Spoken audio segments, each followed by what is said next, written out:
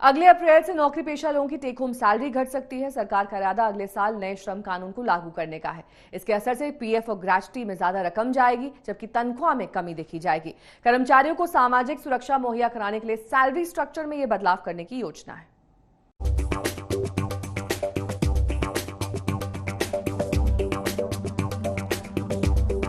अगले साल से आपकी टेक होम सैलरी घटने वाली है। वहीं आपकी कंपनी आपको ज्यादा पैसे चुकाएगी। ये सुनकर बेशक आपको हैरानी हो रही है, लेकिन अब हमारे देश में विकसित देशों की तर्ज पर सामाजिक सुरक्षा पर जोर दिया जाएगा। इसका असर होगा कि आपके बैंक खाते में भले ही कम सैलरी आए, लेकिन आपके पीएफ और ग्रेच्युटी में कंपनी को ज्यादा भुगतान करना होगा।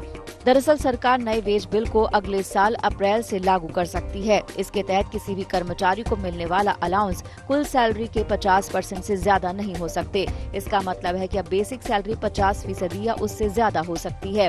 पीएफ बेसिक सैलरी के आधार पर ही कैलकुलेट किया जाता है, तो उसमें अब कंपनी और कर्मचारी दोनों का योगदान बढ़ जाएगा। इसके बढ़ने से कर्मचारी की टेक होम सैलरी घटेगी और कंपनी पर वित्तीय बोझ बढ़ेगा।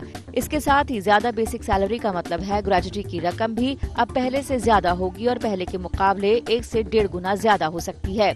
जानकारों का मानना है कि इस कदम से सामाजिक सुरक्षा का भरोसा दिलाकर सरकार कर्मचारियों का भविष्य संवारेगी। लॉन्ग टर्म में आप लेकर चलेंगे तो क्या होगा कि एक तो एम्प्लॉयर के पॉइंट ऑफ व्यू से देखेंगे तो अगर उसका ग्रेच्युटी का आउटफ्लो ज़्यादा है या पीएफ का आउटफ्लो ज़्यादा है तो एम्प्लॉय उसका मोटिवेटेड रहेगा। अगर एम्प्लॉय मोटिवेटेड रहेगा तो उसकी सेल्स बढ़ेगी तो उसका प्रॉफिटेबिलिटी बढ़ेगी। तो लॉन्ग टर्म व्यू से एम्प्लॉय मोटिवेटेड रहेगा तो इसलिए उसको फायदा होगा। सिमिलरली अगर एम्प्लॉय के पॉइंट ऑफ व्यू से लेंगे, ठीक है उसको थोड़ा कैश फ्लो कम होगा पर लॉन्ग टर्म में उसकी सिक्योरिटी बनेगी। क्यों? क्योंकि अगर उसका पीएफ ज़्यादा जमा हो रहा है तो उसकी लॉन्ग टर्म रिटायरमेंट सेविंग्स बढ़ रही हैं। न्यू वेज कोड एक्ट में जो वेजेस की डेफिनेशन है उसकी डायरेक्ट इम्पैक्ट प्राइवेट सेक्टर्स के एम्प्लॉयज़ पर ज़्यादा पड़ेगा। अभी करंट में वेज स्ट्रक्चर, सैलरी स्ट्रक्चर कुछ ऐसे होता है जिसमें बेसिक सैलरीज कम होती हैं और बाकी के काफ़ी सारे अलाउंसेज होते हैं। नए स्ट्रक्चर में जब बेसिक को आपको 50% तक सैलरी का रखना ही पड़ेगा, तो उसकी वजह से आपका पीएफ और ग्रेच्युटी वगैरह की कंट्रीब्यूशन बढ़ जाएगी।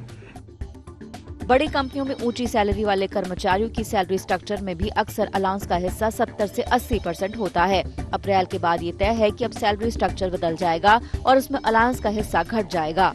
ज्यादा कंपनियों का ग्रॉस और बेसिक सैलरी का अनुपात 30 से 50% है। इससे कंपनियों की सैलरी पर होने वाला खर्च भी 10 से 12% तक बढ़ सकता है।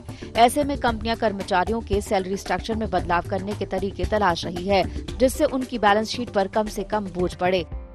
प्राइवेट सेक्टर में जो सैलरीज होती है वो सीटीसी बेसिस पर होती है। वहाँ पर इन लोगों की हो सकता है टेक होम पे थोड़ी कम हो जाए। टेक होम पे कम होने के लिए उसको कंपनसेट करने के लिए कुछ जगह ये भी देखा जा सकता है कि एम्प्लॉयज़ की सैलरीज बढ़ जाए। इसका दूसरा इम्पैक्ट एम्प्लॉयज़ पर ये होगा कि उन लोगों को अपनी सैलरी स्ट्रक्चर को दोबारा से देखना पड़ेगा और काफ़ी एक्सटेंसिवली हो सकता है कि उनको रीस्ट्रक्चर भी करना पड़े। अब अगर बेसिक पे बढ़ती है तो ऐसी ऑर्गेनाइजेशंस में जहाँ पे 12% ऑफ द बेसिक पे एम्प्लॉयर दे रहा है तो उसका एम्प्लॉयर का आउटफ्लो बढ़ जाएगा। अब एम्प्लॉयर का आउटफ्लो बढ़ेगा तो उसके प्रॉफिट एंड लॉस को हिट करेगा और एम्प्लॉय को उसमें फायदा होगा। सिमिलरली क्या होगा, जो ग्रेच्युटी अगर उसको मिलती है एम्प्लॉय को जिसने 5 साल तक कंटिन्यूस सर्विस करी है। अब जो कंटिन्यूस सर्विस 5 साल के करने के बाद बेसिक पे के ऊपर उसको ग्रेच्युटी मिलती है। अब क्योंकि बेसिक पे बढ़ गई तो क्या होगा, ग्रेच्युटी का पोर्शन बढ़ जाएगा। तो इसमें भी क्या होगा, एम्प्लॉयर का आउटफ्लो बढ़ जाएगा और इसमें प्रॉफिट एंड लॉस के ऊपर हिट करेगा। जाहिर है कि इस बदलाव के बाद आपकी कुल कमाई में बदलाव हो या ना हो, लेकिन इतना तो तय है कि रिटायरमेंट के वक्त आपके हाथ में मोटी रकम देने का इंतजाम हो जाएगा। आदित्य के राणा के साथ आज तक ब्यूरो। ब्रिटेन में कोरोना वैक्सीन लगने की शुरुआत हो चुकी है। भारत में भी 3 कंपनियों ने इसके इमरजेंसी इस्तेमाल की मंजूरी मांगी है। Serum institute of India Bharat सरकार को 250 रुपए में यह वैक्सीन दे सकता है। इस कीमत से यह अंदाजा भी आसानी से लगाया जा सकता है कि वैक्सीन के बहाने कंपनियां अपनी जेब भरने की कोशिश नहीं करेगी।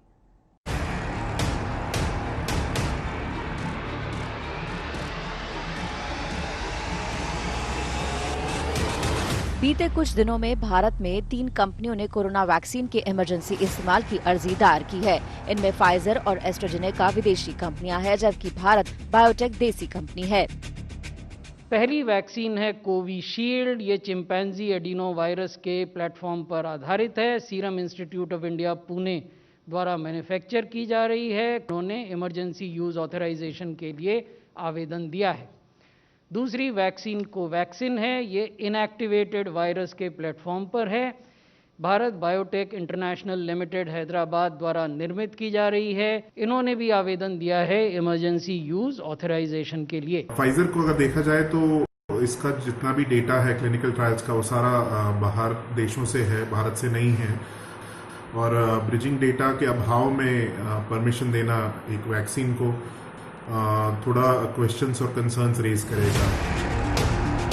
इस बीच खबर आई है कि एस्ट्राजेनेका के लिए कीमत तय हो गई है। रिपोर्ट्स के मुताबिक सीरम इंस्टीट्यूट ऑफ इंडिया सरकार को एस्ट्राजेनेका 250 रुपए प्रति डोज के हिसाब से देगा। इसके पहले निजी इस्तेमाल के लिए इसकी कीमत 1000 रुपए प्रति डोज होने की जानकारी आई थी, लेकिन सरकार करीब 30 करोड़ लोगों को वैक्सीन लगाने की योजना बना रही है, जिससे बड़ी मात्रा में खरीदारी के चलते इसकी कीमत कम हो सकती है।